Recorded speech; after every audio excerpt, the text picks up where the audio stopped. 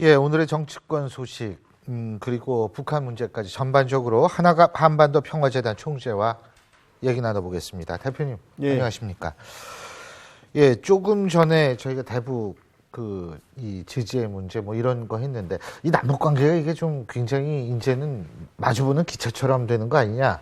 예, 어떻게 지금 보세요? 아마 휴전 이후 최악의 상태 같아요. 예, 왜 그러냐면은 과거에 남북 정상회담을 계기로 해서 예, 물론 7.4 공동성명은 아주 오래전이지만은 6.15 선언이라든지 두 번에 걸친 그 남북 정상회담 이런 성과 또 개성공단, 금강산 관광 이렇게 해서 우리가 세계적으로 이 남북 간에 그래도 이 정도 평화를 유지하고 있구나.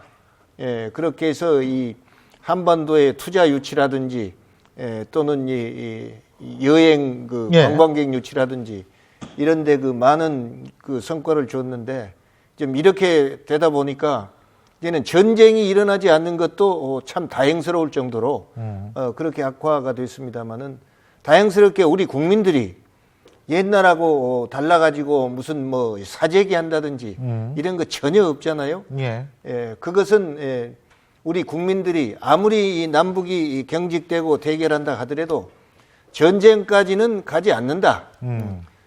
결국 이것이 영원히 가는 건 아니지 않느냐. 예. 언젠가는 우리에게도 이 남북 간의 아하. 교류 협력 그런 평화 정착의 길로 가는 것 아니냐 하는 기대도 있겠죠. 근데 어쨌든 정치권은 총선에 더 몰입을 할 수밖에 없는 상황인 그렇습니다. 것 같고요. 그래서 제가 좀 여쭤보는 게 먼저 국민의당 말이에요. 이 국민의당 이걸 보면은 김한길 위원장과 천정배 공동대표는 좀 입장이 비슷한 것 같아요. 통합을 해야 된다. 네. 안철수 대표만 통합할 수 없다. 지금 이렇게 나오고 있고요. 네. 그래서 결국은 두 사람이 한 사람을 흔드는 거 아니냐. 네. 흔들기라고 보세요? 그렇죠. 당내에서 그렇죠. 결과적으로. 네. 그리고 또 이 야당하고 야당 관계에서 이 통합 문제가 대두됐는데 저는 그렇게 봐요. 이것은요. 한국 정치 사상 처음으로 나타나는 공작입니다. 공작. 네. 근데 과거의 공작은 이 중앙정보부라든지 예. 그런 이 여당 쪽에서 야당에 대한 공작이 있었는데 예. 지금은 야당이 야당을 공작하는 거예요. 안 그래요? 이게 공작이죠. 그리고 더더구나 말입니다. 그러니까 김종인 대표의 공작이다. 그렇죠. 이 말씀이신 그리고 거예요? 이 국민의당에 대해서는 안철수만 빼놓고 다 오라 이거예요. 그렇기 때문에 누구를 죽이기 위한 공작이죠. 그런데 왜 그렇게 하느냐? 국민의당이 존재하는 건 안철수가 대권 후보란 반열에 들었다는 그것 때문에 되는 것이고 그것 때문에 전라도에서 지지가 올라갔다 이거예요. 그리고 이 한국의 야당은 전통적으로 전라도 지지 없이는 존재 못합니다. 예. 그 이제 국민의당이 전라도를 차지해 버리면 더불어는 말입니다. 중앙에서까지 이제 이 야당 표 얻는데 지장이 있어요. 안 그래요? 그러니까 국민의당을 쳐 부숴야 결국 과거의 전통적인 야당의 표를 차지하겠다 이거예요. 그래 전라도 차지하기 위한 공작이고, 그다음에 이제 이 국민의당 내에서 이런 사태가 일어났는데 이건 간단해요. 미안하지만 김한길 의원이나 천정배 그 대표가요. 절대적으로 어떤 경우든 내가 당선에 지장 없다. 이랬으면 통합력이 나왔겠어요? 지금 개헌이 이제 위험하니까 개헌 저지선을 위해서 야당이 말이죠. 이 서로 이 협력해서 방어해야 된다. 이런 얘기 아닙니까? 근데 이건 이 말도 아닌 명분입니다. 야당, 여당 개헌을 하자고 주장하면은요. 야당에 오히려 여당에 비해서 찬성이 작지 않는 거예요. 내가 볼 때는. 그리고 내가 이런 얘기 처음 하는데요. 과거에 내가 아는 스님이 그런 얘기를 했어요. 강원도 어느 스님인데 야당 중진하고 여당 중진이 그 스님한테 찾아왔어요. 열애 전에. 그때 이제 국회의원 보궐선거 있을 때입니다. 근데 그 여당 중진은 말입니다. 그 보궐선거에 나가야 될 사람이요. 그리고 야당 중진은 야당의 중진인 거예요. 근데 가서 스님한테 이번에 이 야당에서 생각할 때 여당이 중진이 국회의원이 돼야 여담에 우리가 개헌을 할 수 있어. 그러니까 우리 야당에서는 명성은 있지만은 당선 안 될 사람 내보내고 그렇게 해서 그거 재밌네요. 이번에 여당이 말이요 이겨가지고 개헌을 우리가 해야 돼요. 그래 스님 도와주시고 그 얘기를 한 거요. 그래 그 스님이 나한테 그 얘기를 해줬어요. 이런 겁니다. 그래 정치라는 게 결국 이게 보면 말입니다. 옛날 같으면 사쿠라들끼리 말이요. 그런 거 아닙니까? 그래 야당에서 야당끼리니까 야당이 아니죠. 야당하고 말입니다. 공작을 하고 있는데 그 과거 공작하고 달치요. 그러니까 이건 전라도 표를 누가 재밌네요. 차지하냐 이건 내 분석이에요. 예. 전라도 표 차지하기 위한 그런 공작인 거예요. 그렇기 때문에 국민의당이 제대로 가면 전라도에서는 반드시 승리합니다. 지금 여론이 그래요. 제가 들어본 바에 의하면은.